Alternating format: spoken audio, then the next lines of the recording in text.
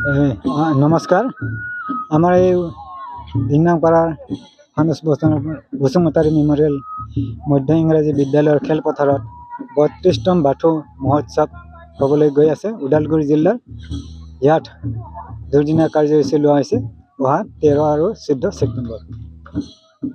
আৰু ইয়াতে মোক অভ্যৰ্থনা সমিতিৰ সভাপতি হিচাপে দায়িত্বভাৰ অৰ্পণ কৰিছে। আৰু সেয়েহে মই সকলো ৰাইজক অনুৰোধ জনাইছোঁ যে আমাৰ এই দুদিনীয়া কাৰ্যসূচীত খোৱা লোৱা সম্পূৰ্ণৰূপে আমি যোজা কৰিছোঁ আৰু আমাৰ কাম প্ৰায় 90% শেষ হ'ব ধৰিছে। আজি নিশাৰ ভিতৰত সম্পূৰ্ণ হ'বগৈ।